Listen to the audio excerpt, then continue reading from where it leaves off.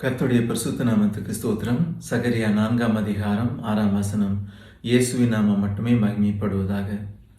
அப்பொழுது அவர் சிறுபாபேலுக்கு சொல்லப்படுகிற கர்த்தருடைய வார்த்தை என்னவென்றால், பலத்தினாலும் அல்ல, பராக்கிரமத்தினாலும் அல்ல, என்னுடைய ஆவியினாலே ஆகும் என்று சேனைகளின் கர்த்தர் சொல்லுகிறார்.